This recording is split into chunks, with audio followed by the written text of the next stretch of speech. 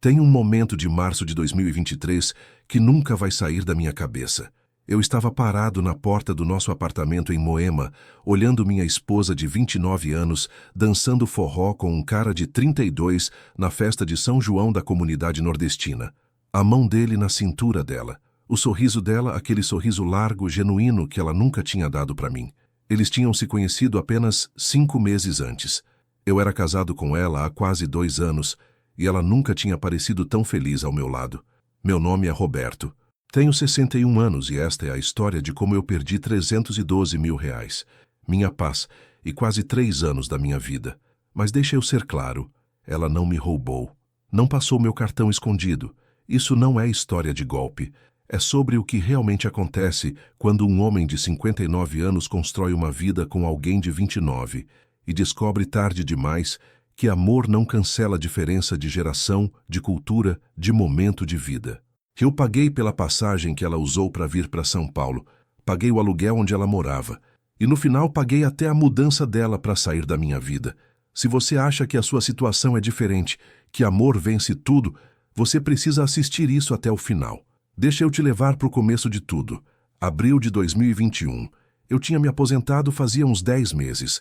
Trabalhei 36 anos como gerente comercial de uma distribuidora de autopeças aqui em São Paulo, sempre na mesma empresa.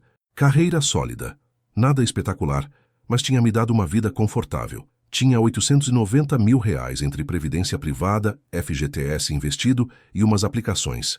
Era dono de um apartamento de 2 quartos em Moema, que valia uns 680 mil.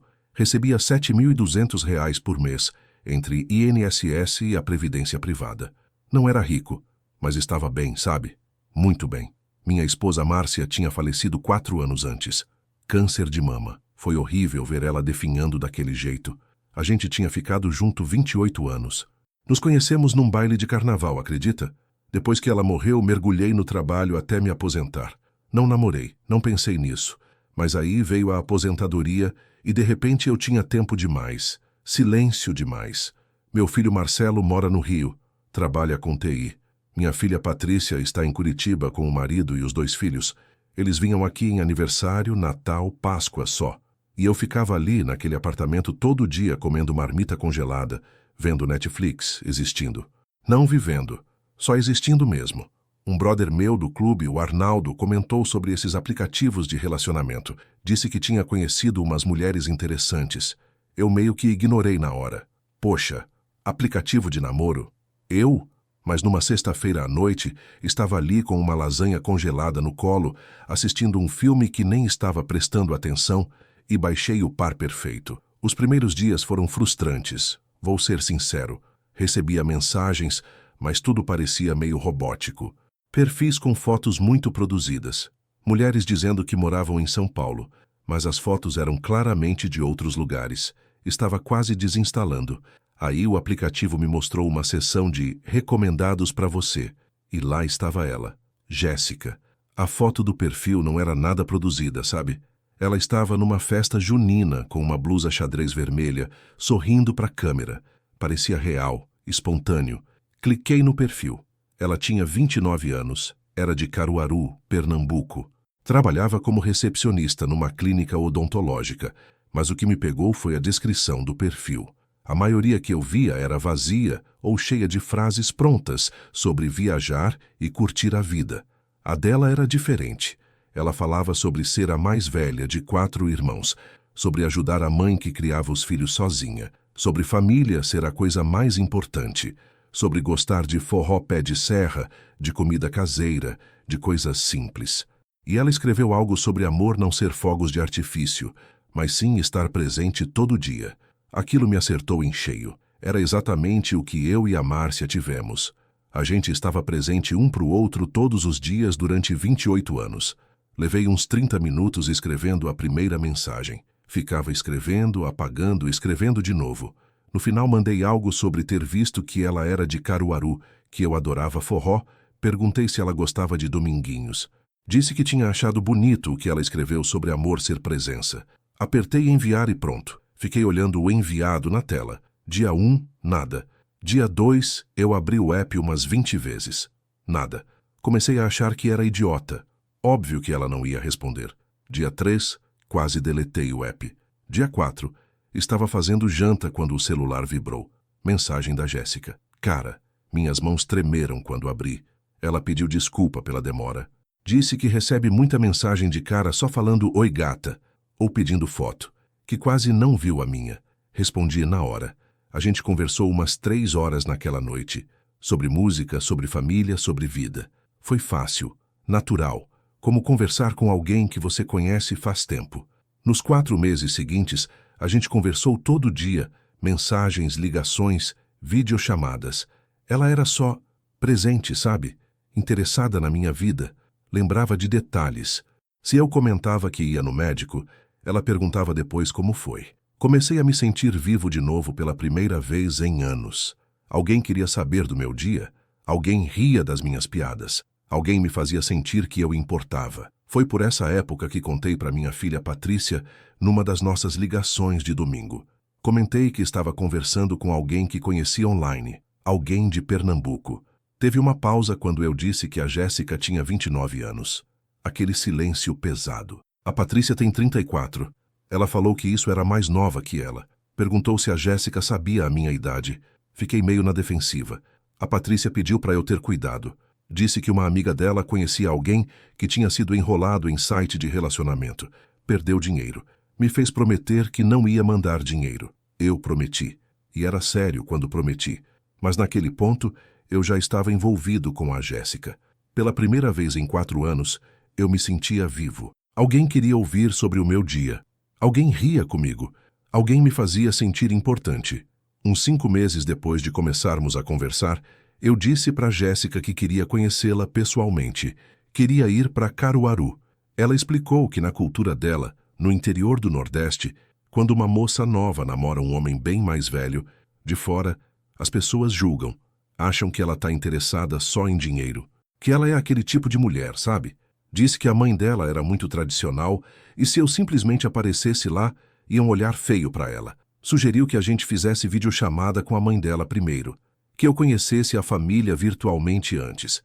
Nas semanas seguintes, fiz essas videochamadas meio desajeitadas com a mãe dela, Dona Conceição. Ela era séria, observadora. Perguntou sobre a minha aposentadoria, sobre o que eu queria com a filha dela. Eu disse que era sério. Ela ficou quieta por um tempo. Depois disse que eu parecia ser homem bom, mas estava preocupada com a diferença de idade. Quando ela ficasse viúva, eu ia estar velho, talvez nem vivo. Eu entendi a preocupação dela, mas não queria pensar nisso. 2 meses depois disso, já faziam uns 7 meses que a gente conversava, já estávamos falando em casamento. Eu nunca tive tanta certeza de nada. Mas antes de eu conseguir ir para Caruaru, aconteceu uma coisa que mudou tudo. O irmão mais novo da Jéssica, o Cauê, sofreu um acidente de moto. Fraturou a perna, teve que operar. Ela me ligou chorando. Não estava pedindo ajuda, só assustada. O irmão dela machucado. A conta do hospital estava chegando a R$ 6.000. Dona Conceição estava tentando conseguir o dinheiro, pensando em pegar empréstimo. Eu nem pensei. Falei para ela que eu cobria. Mandei R$ 6.500 para a conta da mãe dela, para o hospital e para remédio, fisioterapia, o que precisasse. Ela mandou foto depois. O Cauê na cama do hospital, com a perna engessada fazendo sinal de positivo. Dona Conceição estava lá também. Quando a Jéssica mostrou para a mãe o que eu tinha feito, Dona Conceição chorou. A Jéssica mandou um áudio da mãe falando, emocionada. Eu não entendi tudo porque ela falou rápido e com sotaque forte, mas eu ouvi a emoção, a gratidão. A Jéssica traduziu. Disse que a mãe falou que Deus tinha me colocado na vida da família, que eu era um anjo. Naquele momento ali eu me apaixonei completamente. Não porque eu estava sendo o salvador, nada disso, mas porque eu me sentia necessário. Eu me sentia importante para pessoas que realmente precisavam de ajuda. Olhando agora, talvez aquilo deveria ter sido um sinal de alerta, que eu estava tirando minha autoestima de ser o resgate financeiro de alguém. Mas na época, parecia amor. Voei para Caruaru em dezembro de 2021. Passagem ida e volta. Classe executiva, R$ 3.800. Me hospedei numa pousada no centro. 5 diárias, R$ 1.400. Queria que fosse especial. Quando desembarquei no aeroporto de Recife e peguei o transfer para Caruaru, ela estava esperando com a família. A mãe, os 3 irmãos, uma tia. Quando vi a Jéssica pessoalmente, quase não consegui falar. Ela era mais bonita ao vivo, pequenininha, mal batia no meu ombro, mas linda. A mãe dela me cumprimentou formal, apertou minha mão, me olhou nos olhos. Disse através da Jéssica que eu precisava cuidar bem da filha dela, que ela era preciosa para a família. Aquela semana foi uma das melhores da minha vida. Conheci Caruaru, o Alto do Moura, comemos bode, tapioca, cuscuz, conheci montes de tios, primos, avós. Fizeram um almoço para mim na casa da mãe dela, mesa cheia de comida nordestina, todo mundo conversando alto, rindo. Dona Conceição ficava enchendo meu prato, falando que eu era magro demais. Eu, com meus 98 quilos, magro. Na quinta-feira daquela semana, a gente estava jantando num restaurante simples no centro. Eu tinha bebido umas cervejas, estava me sentindo corajoso. Segurei a mão dela por cima da mesa. Disse que eu sabia que era rápido, que as pessoas iam achar loucura, mas eu nunca tinha tido tanta certeza de nada. Pedi ela em casamento. Nem tinha anel ainda. Eu ia comprar com ela, mas não conseguia esperar. Ela chorou, lágrimas de verdade descendo pelo rosto. Disse que sim.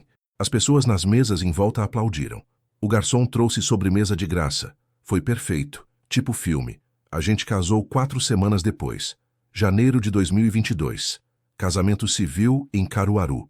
Eu paguei tudo. O buffet, o vestido, a festa para umas 80 pessoas, fotógrafo, decoração. O casamento saiu uns 18 mil reais. Não me importei. Teria gastado o dobro. Meus filhos não foram. O Marcelo disse que não conseguiu folga no trabalho. A Patrícia disse a mesma coisa. Mas eu sabia a verdade. Eles não aprovavam. Achavam que eu estava cometendo um erro. Depois do casamento, começamos o processo do visto para trazer a Jéssica para São Paulo. Visto de reunificação familiar. Documentação, advogado, taxa, exame médico, tudo deu uns R$ 6.400. Disseram que ia levar de 8 a 14 meses para aprovar. Voltei para São Paulo sozinho. A gente ia ficar à distância até o visto sair. Foi aí que as despesas mensais começaram. Comecei mandando R$ 1.000 por mês para Jéssica. Não porque ela pediu diretamente, mas ela comentava as coisas, que o aluguel da mãe tinha aumentado, que a conta de luz tinha vindo alta, que o irmão precisava de material para a escola técnica. Eu queria ajudar. Era minha família agora. A família dela era minha família também, certo? Em abril de 2022, uns 3 meses depois do casamento, a coisa escalou. Dona Conceição teve um pico de pressão alta. Passou mal em casa. Levaram ela para o hospital em Caruaru. A Jéssica me ligou desesperada, quase sem conseguir falar direito, engasgando de tanto chorar. Disse que a mãe dela estava internada, que os médicos falaram que era hipertensão grave, que precisava de exames, remédio, acompanhamento. Eu perguntei quanto era. Ela disse que estavam estimando uns R$ 4.500 entre internação, exames e os remédios dos primeiros meses. Que o SUS ia cobrir parte, mas tinha que pagar uma entrada. Que a família não tinha esse dinheiro, nem perto disso. Abri o notebook antes dela terminar de falar. Disse para ela me mandar os dados, que eu transferia. Ela tentou dizer que era muito, que não podia pedir isso. Mas eu não estava negociando. Era a mãe dela, a minha sogra. Transferi R$ 5.000 naquela tarde mesmo. No dia seguinte, ela mandou foto do hospital. Dona Conceição na cama, cansada, mas estável. Ela gravou um áudio para mim, a voz fraca, agradecendo, dizendo que Deus ia me abençoar, que eu tinha salvado a vida dela. A Jéssica traduziu cada palavra. Eu não tenho vergonha de dizer que chorei vendo aquilo. Minha previdência nessa altura estava em R$ 879 mil. Ainda muito, pensei. Nos meses seguintes teve outras coisas. O Cauê, o irmão que tinha quebrado a perna, passou no curso técnico de enfermagem, mas não tinha dinheiro para pagar a matrícula e o material. Entre tudo, dava uns R$ 2.200. Mandei. Em agosto, teve uma tempestade forte em Caruaru. O telhado da casa da Dona Conceição ficou danificado. Água entrando quando chovia. O orçamento do conserto era R$ 3.800. Mandei. Em outubro, a irmã do meio da Jéssica, a Vanessa, passou no vestibular para pedagogia numa faculdade particular. A mensalidade era R$ 580. Como ela ia pagar? A família não tinha condição, comecei a pagar. Todo mês R$ 580 para a faculdade da Vanessa. Cada vez que eu mandava o dinheiro, não pensava duas vezes. Às vezes pensava um dia, dois, mas sempre mandava. Quando o visto da Jéssica finalmente foi aprovado, fevereiro de 2023, 13 meses depois de aplicarmos, eu já tinha mandado aproximadamente R$ 67 mil para o Nordeste, entre o apoio mensal, as emergências, o casamento, o processo do visto, as passagens. Mas não importava. Minha esposa estava vindo para São Paulo. A gente ia finalmente começar nossa vida de verdade juntos. A Jéssica chegou no aeroporto de Guarulhos, dia 4 de março de 2023. Estava lá com flores, um cartaz escrito "Bem-vinda para casa". Quando ela passou pela porta dos desembarques e me viu, correu, me abraçou apertado, sussurrou que finalmente estava aqui, que finalmente estávamos juntos, que aquilo era nosso lar agora. Eu tinha preparado o apartamento, cortinas novas, roupa de cama nova, enchi a cozinha com ingredientes nordestinos que comprei num mercado especializado na Liberdade. Tapioca, carne de sol, rapadura, aquele queijo coalho. Queria que ela se sentisse em casa. Quando ela entrou no apartamento, ficou andando pelos cômodos, tocando as coisas, como se não acreditasse que era real. Perguntou se aquilo tudo era nosso. Eu disse que era nosso, que era a casa dela agora. Aquele primeiro mês foi bom, muito bom. Levei ela para conhecer São Paulo. Avenida Paulista, Parque Ibirapuera, Shopping Morumbi. Ela ficava impressionada com tudo. O tamanho das avenidas, o tanto de carro, os prédios enormes, a quantidade de gente. Dizia que nunca tinha visto nada assim. Mas depois de umas 4 semanas, comecei a notar mudanças. Ela ficava sozinha no apartamento o dia todo, enquanto eu saía. Ia no mercado, encontrava os amigos no clube, ia na academia. Quando voltava, ela estava no sofá, assistindo TV ou no celular. Eu perguntava como foi o dia. Ela respondia normal. Perguntava o que ela tinha feito. Ela dizia nada. Ficou só em casa. Tentei envolver ela em coisas. Levei para o clube. Todo mundo foi educado, mas ela tinha 29 anos e todo mundo lá tinha 55 para cima. Ela não tinha nada para conversar com eles. Sugeri que ela fizesse um curso. Português mais avançado, informática, qualquer coisa. Para sair de casa, conhecer gente. Ela ficou ofendida. Disse que o português dela era bom. Perguntou se eu achava ela burra. Se achava que porque ela era do Nordeste, do interior, era ignorante. A gente brigou.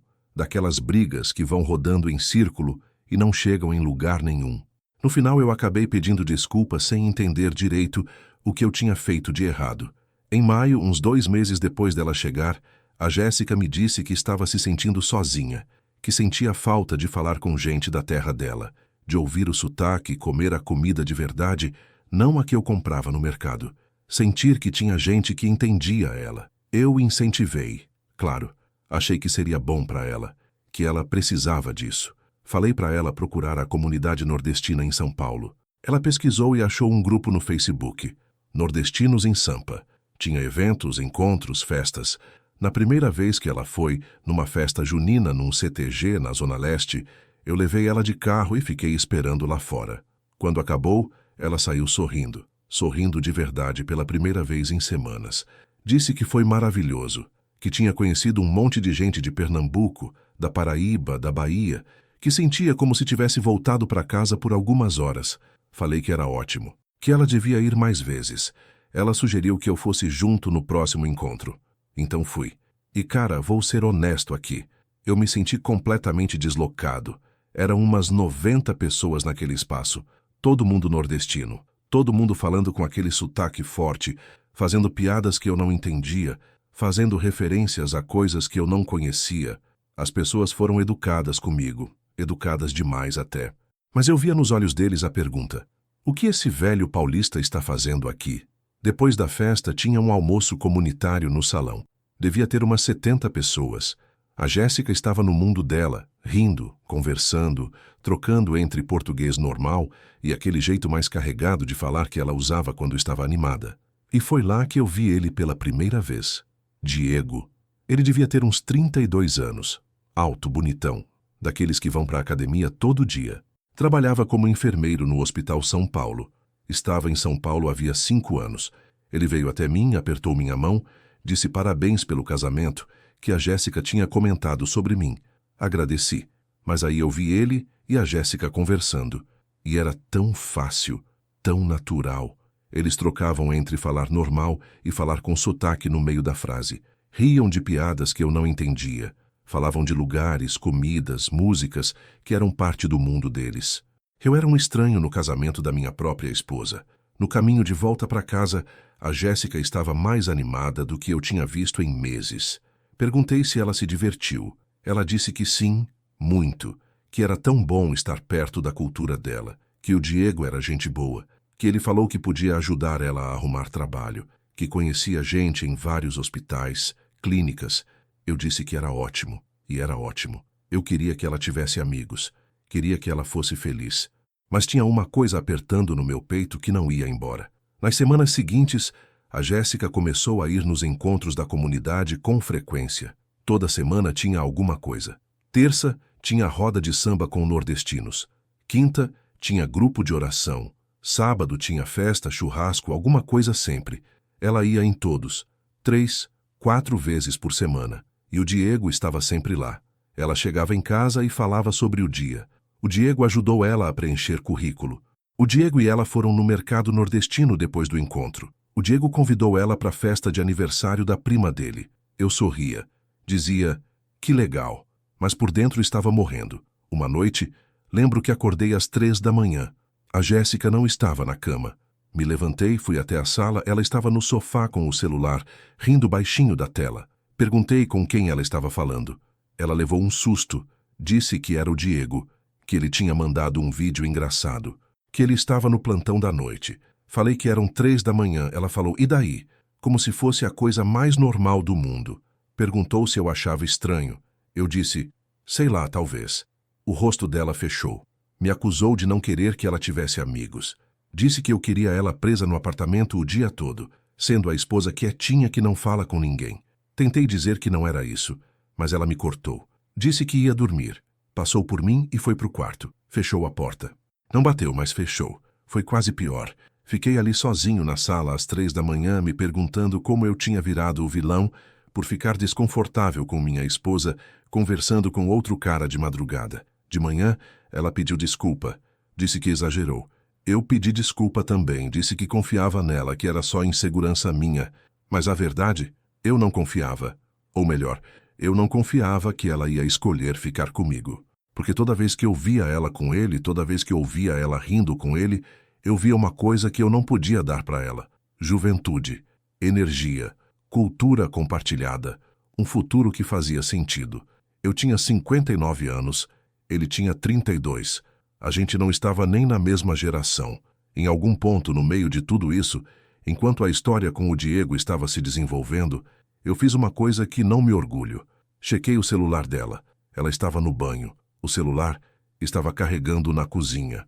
Eu sabia a senha. Ela nunca escondeu. Abri o WhatsApp. Procurei as conversas com o Diego. Tinha centenas, milhares talvez. Mensagens de bom dia, como foi o plantão, pensando em você.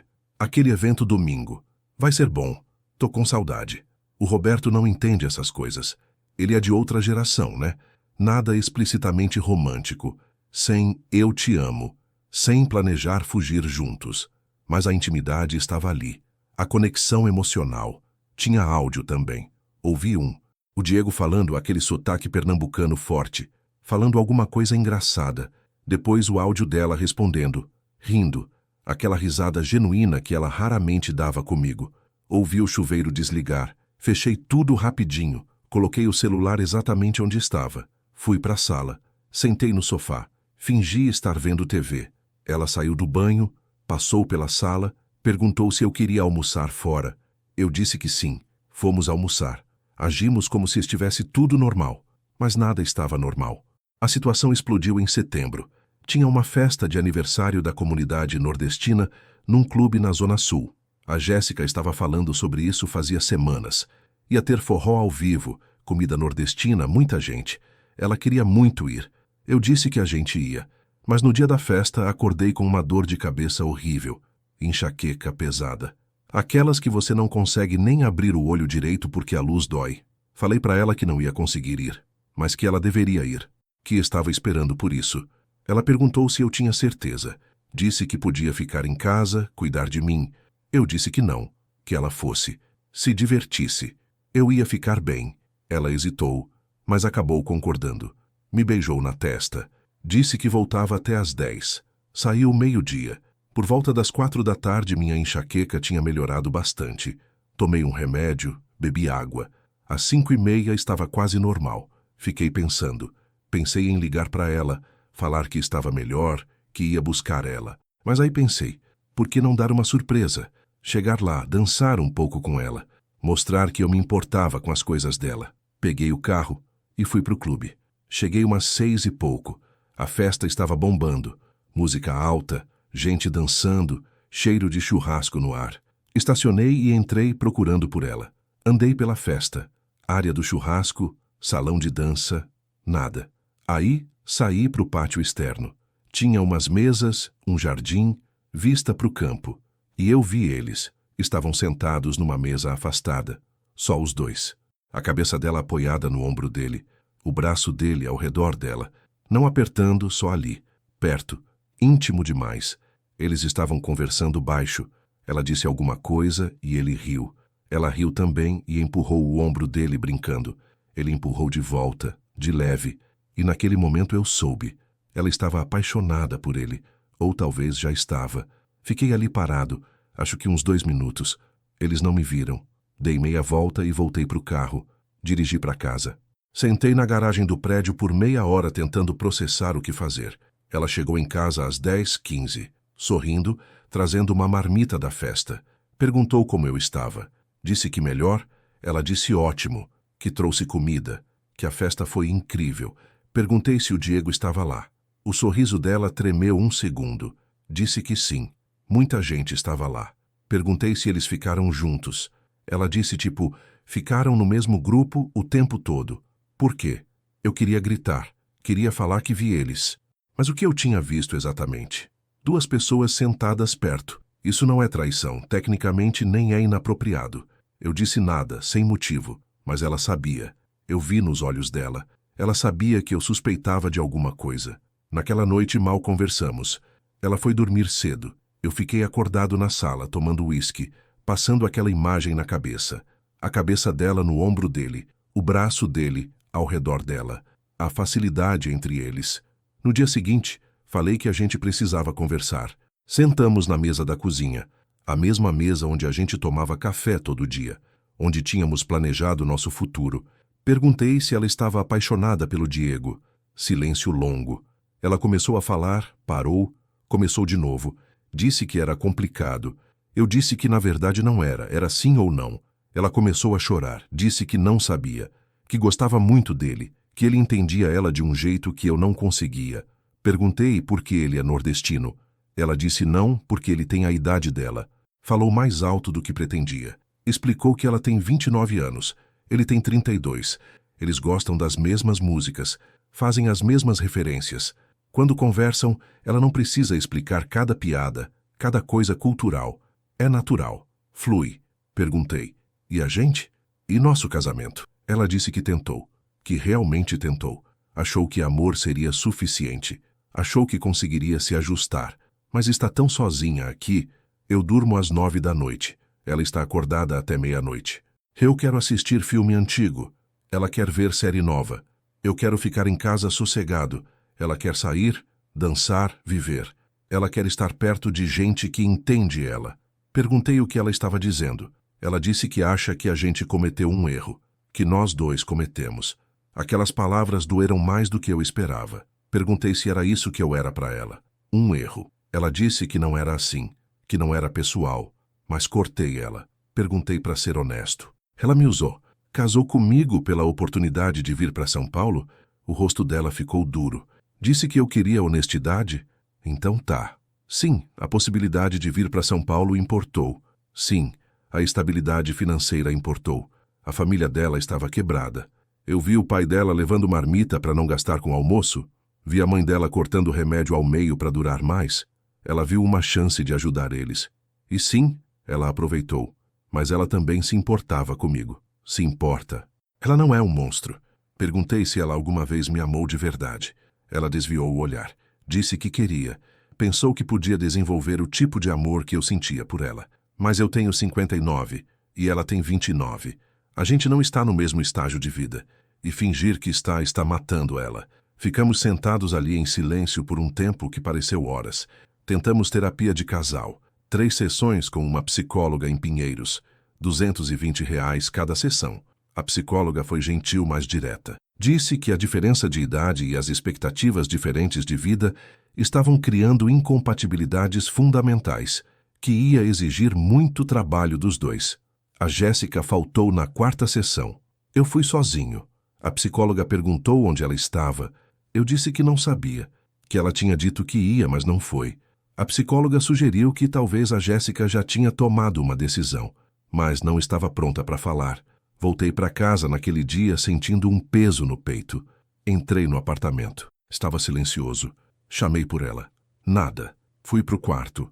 As gavetas dela estavam abertas, vazias. O armário, metade vazio. As malas que eu tinha comprado para ela quando chegou não estavam mais lá.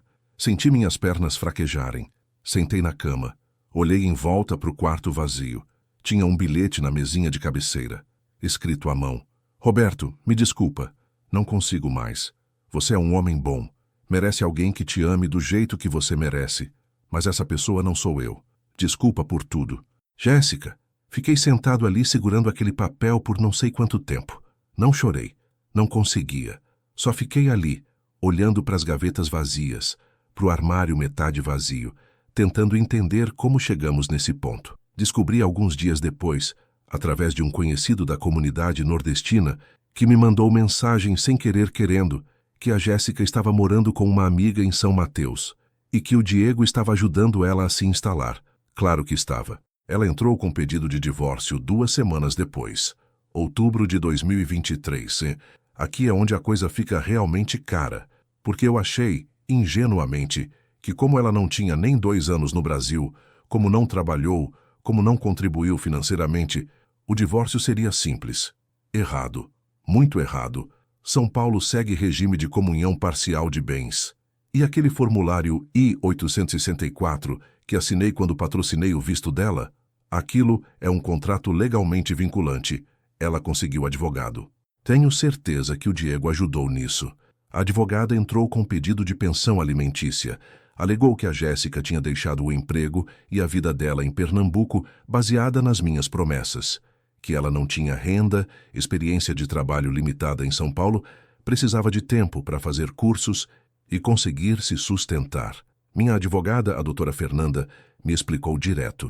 Aquele I-864 me tornava financeiramente responsável pela Jéssica, até ela se naturalizar brasileira, ou acumular 40 trimestres de trabalho formal, ou um de nós morrer, mesmo depois do divórcio. Perguntei por quanto tempo isso podia ser. Ela disse potencialmente anos. Se a Jéssica receber qualquer benefício do governo, Bolsa Família, auxílio qualquer, eles podem me processar por reembolso. Minha advogada disse que eu deveria ter consultado um advogado de imigração antes de assinar, que a maioria das pessoas não entende no que está concordando. O juiz determinou pensão alimentícia temporária de R$ 2.400 por mês por 24 meses, enquanto a Jéssica fazia curso técnico e procurava emprego. Total, R$ 57.600. Depois teve a divisão de bens. Nosso apartamento tinha valorizado uns R$ 48.000 durante o casamento. A lei de São Paulo diz que bens adquiridos durante o casamento são divididos igualmente. Ela teve direito a R$ 24.000 da valorização. Minhas custas com advogado chegaram a R$ 16.300 e tive que pagar metade do advogado dela, mais R$ 7.100. O divórcio foi finalizado em abril de 2024. Custo total só do divórcio, R$ 105.000. Mas não é a história completa, porque quando somei tudo, dinheiro mandado para Pernambuco, R$ 67.000. Pensão alimentícia, R$ 57.600. Partilha de bens, R$ 24.000. Custas legais, R$ 23.400. Casamento, visto, passagens, R$ 28.000. Total geral, aproximadamente R$ 200.000. Porque eu tinha pegado um empréstimo consignado de R$ 48.000 quando meu dinheiro líquido estava baixo. Ainda estou pagando. R$ 920 por mês, pelos próximos 6 anos. E aquela obrigação do I-864? Ainda válida. Se a Jéssica pedir qualquer assistência do governo nos próximos anos, eles podem vir atrás de mim por reembolso. Minha previdência privada, que era 890 mil quando conheci ela agora, está em 712 mil depois de saques e flutuações do mercado. Minha aposentadoria confortável? Ainda ok, mas apertada. Bem mais apertada. Fiquei sabendo pelo grupo do Facebook, ainda faço parte, mas não posto nada, só observo, que a Jéssica e o Diego começaram a namorar oficialmente uns 4 meses depois do divórcio finalizar. Agosto de 2024. Vi fotos. Eles foram para Porto de Galinhas numa viagem. Ficaram na casa da família dela em Caruaru. Parecem felizes, naturais juntos, como se encaixassem. E sabe de uma coisa? Eu não odeio ela tanto quanto você deve estar pensando que eu deveria odiar. Provavelmente deveria, mas não odeio. Acho que ela realmente tentou me amar, achar que conseguiria fazer funcionar. Mas a diferença de idade, de cultura, de momento de vida foi demais. A gente queria coisas fundamentalmente diferentes. Ela queria viver os 20 e poucos anos dela. Eu queria sossego nos meus 60. Ela queria espontaneidade, aventura. Eu queria rotina, paz. Ela queria alguém que entendesse as referências culturais dela sem explicação. Eu queria alguém que não me fizesse sentir velho. Nenhum de nós estava errado. A gente só não deveria ter casado. Minha filha Patrícia veio me visitar mês passado, outubro de 2024. Ficamos conversando durante o jantar, só nós dois. Ela tem me apoiado durante tudo isso, mesmo tendo me avisado desde o começo. Ela me perguntou uma coisa que não sai da minha cabeça desde então. Perguntou se eu alguma vez parei para pensar de verdade no que uma mulher de 29 anos ia querer com um homem de 59. Não de forma maldosa, só logicamente. Fiquei pensando nisso por um tempo. Disse que tinha me convencido que era diferente, que a gente tinha uma conexão real, que idade era só um número. Ela disse, mas pai, idade não é só número, é experiência de vida, é nível de energia, é referências culturais, é onde você está na vida. Você estava pronto para relaxar e aproveitar a aposentadoria. Ela estava pronta para viver. Ela estava certa. Meu Deus, ela estava tão certa. Contei para ela que acho que eu estava só solitário. Depois que a mãe dela morreu, depois de me sentir invisível por tanto tempo, a Jéssica me fez sentir vivo de novo. Me fez sentir desejado. A Patrícia pegou minha mão por cima da mesa. Disse que entendia. Mas sugeriu que da próxima vez, se tiver próxima vez, talvez eu procure alguém mais perto do meu estágio de vida. Alguém que queira as mesmas coisas que eu. Não tenho certeza se vai ter próxima vez. Mas quem sabe? Talvez um dia. Então olha, se você está assistindo isso porque está num relacionamento com diferença de idade grande, ou pensando em entrar num, não vou te dizer para não fazer. Alguns desses relacionamentos funcionam. Conheço caras que são genuinamente felizes. A diferença de idade não incomoda eles nem as esposas. Acharam um ritmo que funciona. Mas vou te dizer para ser realista. Se pergunte algumas coisas difíceis. O que uma mulher de 25, 30 anos realmente quer com um homem de 55, 60 anos? É amor? É segurança? É visto? É ajuda financeira para a família? Talvez seja tudo isso. Mas você precisa saber antes de entrar. Você está preparado para ela querer coisas diferentes de você? Energia diferente, vida social diferente, tudo diferente? Você está confortável com a possibilidade dela conhecer alguém da idade dela e perceber que é isso que ela realmente quer? Você está financeiramente preparado para as obrigações constantes que vêm com casar com alguém de família com menos recursos? Porque é real, não é golpe. É só como família funciona em muitas culturas. E você precisa estar pronto. E aqui vai a grande pergunta. Você está apaixonado por ela ou está apaixonado por se sentir jovem de novo? Porque eu achei que estava apaixonado pela Jéssica, mas olhando para trás, acho que estava apaixonado por como ela me fazia sentir. Jovem, desejado, vivo. E quando ela não conseguiu mais me fazer sentir assim, quando a realidade bateu, e eu ainda era um homem de 59 anos, com uma esposa de 29 anos, que queria uma vida de 29 anos, tudo desmoronou. Tenho 61 anos agora. Estou R$ 200 mil mais pobre. Na verdade, um pouco mais se contar os juros do empréstimo que ainda estou pagando. Minha aposentadoria é menos segura do que era. Meus filhos se preocupam comigo. Passei quase 3 anos da minha vida num casamento que provavelmente estava condenado desde o início. Mas aprendi algumas coisas. E talvez essas lições valham os R$ 200.000. Talvez. Aprendi que você não pode comprar amor, mas definitivamente pode alugar por um tempo. Aprendi que solidão faz homens inteligentes tomarem decisões burras. Aprendi que diferenças de idade importam muito mais do que a gente quer admitir. Aprendi que algumas lições você só aprende vivendo elas. Ninguém podia ter me dito isso e eu ter escutado.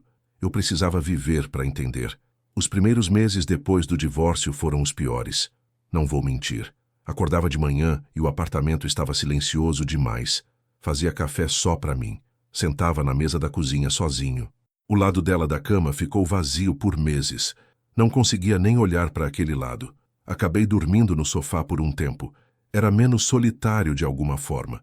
Meus amigos do clube tentaram me animar. O Arnaldo, aquele que tinha me falado dos aplicativos de namoro no começo de tudo, me chamou para jogar sinuca. Me levou para almoçar. Tentou me fazer rir. Funcionou às vezes. Outras vezes, eu só sorria e fingia.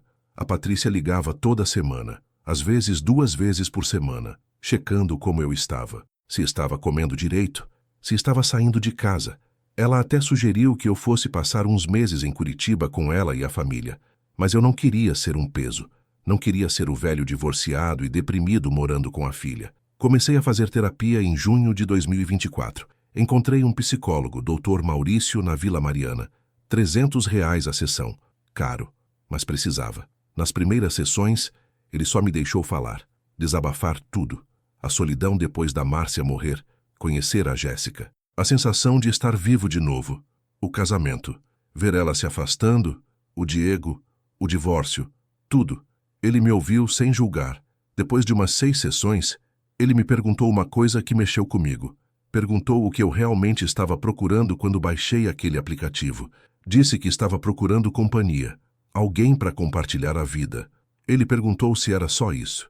Fiquei pensando. Admiti que talvez estivesse procurando me sentir relevante de novo. Depois que a Márcia morreu, depois de me aposentar, eu me sentia invisível, como se minha vida útil tivesse acabado. E aí apareceu essa mulher linda, jovem, que prestava atenção em mim, que ria das minhas piadas, que me fazia sentir importante. Ele perguntou se eu via agora como isso tinha sido problemático, que eu estava buscando validação externa, especialmente de alguém mais jovem, para me sentir valioso. Disse que sim, via agora.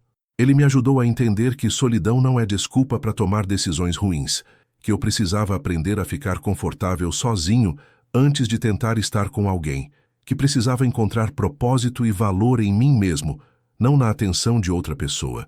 Foi difícil ouvir, mas era verdade. Comecei a fazer mudanças devagar. Voltei a frequentar a academia com mais regularidade, não para ficar parecendo o Diego, mas para cuidar da saúde, ter uma rotina. Me inscrevi num grupo de caminhada no Ibirapuera que se encontra terças e quintas de manhã. Conheci gente legal, pessoas da minha idade, na mesma fase de vida. Aposentados, viúvos, alguns divorciados. A gente caminha, conversa, toma café depois. É simples, mas é bom. Me voluntariei numa ONG que distribui marmita para moradores de rua no centro, toda quarta à noite. Me faz sentir útil, como se eu tivesse propósito além de só existir. Comecei a ler de novo, coisa que não fazia há anos. Comprei um Kindle, baixei uns livros. Leio antes de dormir ao invés de só ficar rolando o celular. Aceitei o convite da Patrícia e passei o Natal passado, dezembro de 2024, em Curitiba com ela, o marido e meus netos. Foi bom, realmente bom. Brincar com as crianças, ajudar a fazer a ceia, estar presente com a família. Me lembrou do que realmente importa. O Marcelo, meu filho, veio me visitar em janeiro. Ficou uns dias aqui em casa. A gente conversou bastante. Sobre a vida, sobre o casamento, sobre os erros que cometi. Ele foi gentil, mas honesto. Disse que tinha ficado preocupado comigo durante todo aquele tempo com a Jéssica, que viu que eu estava precisando de algo, preenchendo um vazio, mas que tinha medo de falar e eu não escutar. Admiti que ele estava certo. Mesmo se ele tivesse falado, eu provavelmente não teria escutado. Estava muito dentro da situação para ver com clareza. Tem dias que ainda são difíceis, dias que a solidão aperta, dias que pego o celular e quase mando mensagem para Jéssica, só para ver como ela está. Mas não mando, bloqueei o número dela. Saí do grupo do Facebook da comunidade nordestina, não porque sinto raiva, mas porque não ajuda a ficar vendo. Preciso seguir em frente. Minha situação financeira ainda está se recuperando. Aqueles R$ 920 por mês do empréstimo pesam no orçamento. Tive que cortar algumas coisas. Cancelei o canal de esportes da TV a cabo. Parei de comer fora tanto. Faço mais comida em casa. Compro menos bobagem. Mas vou sobreviver. Não vou ficar na miséria. Só vai ser mais apertado do que seria se eu tivesse tomado decisões melhores. A obrigação do I-864 me assombra às vezes. Fico pensando, e se a Jéssica pedir auxílio do governo? E se ela perder o emprego? Minha advogada disse que posso ser acionado, mas não tem nada que eu possa fazer agora. Já está assinado, só posso esperar que não aconteça.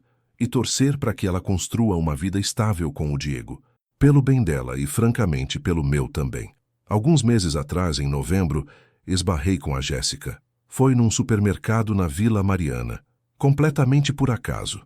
Eu estava comprando verduras quando vi ela no corredor das massas. Meu coração disparou. Pensei em dar meia volta, fingir que não vi, mas ela me viu. Acenou meio sem graça. Fui até ela. Trocamos aquele oi constrangido. Perguntei como ela estava. Ela disse que estava bem.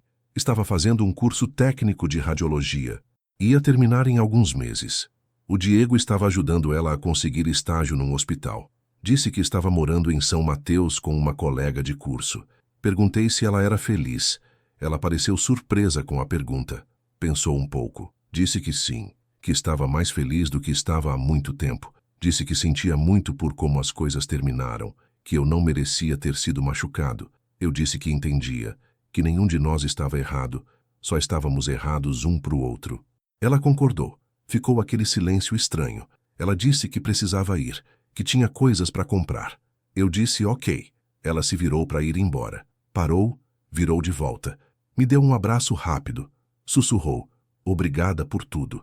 Saiu andando. Fiquei ali parado no meio do corredor do mercado, segurando uma bandeja de tomates, processando aquele encontro. E sabe o que percebi? Eu não senti raiva, não senti mágoa, só tristeza. Tristeza pelo que poderia ter sido se a gente tivesse sido realista desde o começo. Se eu tivesse sido honesto comigo mesmo sobre o que estava procurando. Se ela tivesse sido honesta comigo sobre o que ela realmente queria. Penso muito sobre o que eu diria para o Roberto de 2021, se pudesse voltar no tempo. Aquele cara solitário, recém-aposentado, baixando o aplicativo de namoro porque não aguentava mais o silêncio. Acho que diria: entendo que você está sozinho. Entendo que a casa está vazia demais, que você sente falta de ter alguém para conversar, para dividir as refeições, para fazer planos. A solidão depois de perder alguém que você amou por décadas é brutal, mas procurar alguém 30 anos mais nova não é a resposta. Não porque ela é má pessoa, não porque é golpe, mas porque vocês estão em lugares completamente diferentes na vida. Você quer paz, rotina, sossego. Ela quer aventura, experiência, crescimento. Você quer assistir os filmes que te lembram da sua juventude. Ela quer criar memórias da juventude dela. Não é sobre certo ou errado, é sobre compatibilidade. E vocês não têm. Por mais que você queira acreditar que amor conquista tudo, ele não conquista a biologia, não conquista a diferença de geração, não conquista expectativas completamente diferentes de como a vida deve ser vivida. Você vai gastar uma fortuna. Vai se machucar. Vai passar quase 3 anos num casamento que estava condenado desde o início. E no final, vai estar sozinho de novo. Só que mais velho, mais pobre e carregando a bagagem de mais um casamento falido. Então, ao invés de baixar aquele app, liga pro Arnaldo. Marca um almoço. Junta os amigos do clube. Procura um grupo de viúvos. Faz terapia. Aprende a ficar confortável sozinho. Porque até você estar ok sozinho, você não vai estar pronto para estar com alguém. E quando estiver pronto, procura alguém que esteja no mesmo lugar que você. Não alguém que te faz sentir jovem. Alguém que entende o que é ter sua idade, suas experiências, seus objetivos. Alguém que quer a mesma coisa que você. Paz, companheirismo, construir uma vida simples e boa juntos. Aquela pessoa existe, mas não é uma mulher de 29 anos do interior de Pernambuco que está tentando construir a vida dela. Hoje, aos 61 anos, estou aprendendo a ficar ok sozinho. Alguns dias são melhores que outros. Alguns dias acordo e sinto aquela pressão no peito, aquela solidão sufocante. Nesses dias, eu ligo para Patrícia, ou chamo o Arnaldo para almoçar, ou vou caminhar no parque com o grupo, ou me jogo no trabalho voluntário, e o dia passa. Outros dias acordo e está ok. Faço meu café, leio o jornal, vou na academia, encontro os amigos, e percebo que estou bem, que consigo viver uma vida boa sozinho, que não preciso de validação de uma mulher mais jovem para ter valor, que meu valor vem de quem eu sou, do que faço, de como trato as pessoas, não de quem está comigo. Financeiramente, vai demorar uns anos para me recuperar completamente, mas vou chegar lá. Estou pagando o empréstimo certinho, sendo mais cuidadoso com gastos, reconstruindo o que perdi. Não vou ficar rico, mas vou ficar bem. Emocionalmente ainda estou no processo. A terapia ajuda, os amigos ajudam, a família ajuda, tempo ajuda. Cada mês fica um pouco mais fácil. A ferida vai cicatrizando e, eventualmente, acho que vou ficar ok. Então é isso. Essa é minha história. Como eu, aos 59 anos, casei com uma mulher 30 anos mais nova do Nordeste e perdi mais de R$200 mil, quase 3 anos da minha vida e um pedaço da minha dignidade no processo. Mas aprendi lições que nenhuma quantia de dinheiro poderia ensinar. Aprendi sobre solidão, sobre buscar validação nos lugares errados, sobre ignorar sinais de alerta porque você quer tanto acreditar em algo. Aprendi que idade não é só número, é vida vivida, é energia, é expectativa, é compatibilidade. Aprendi que você não pode construir um relacionamento saudável quando está fugindo da solidão ao invés de procurando parceria genuína. E aprendi que, às vezes, a pessoa mais difícil de ser honesto é você mesmo. Se esse vídeo ajudou você de alguma forma, se te fez pensar 2 vezes sobre a sua situação, se te fez ver as bandeiras vermelhas que você estava ignorando, então valeu. Aperta o like, compartilha com alguém que precisa ouvir isso. Se inscreve no canal para mais histórias reais como essa. E deixa um comentário. Você já esteve num relacionamento com grande diferença de idade? Funcionou? Não funcionou? O que você aprendeu? Quero ouvir sua história. Obrigado por assistir até o final. E lembra, é melhor estar sozinho e ter sua dignidade do que estar num relacionamento e ser miserável. Pode confiar em mim nessa. Aprendi do jeito mais difícil e caro possível. Te espero. Até a próxima história.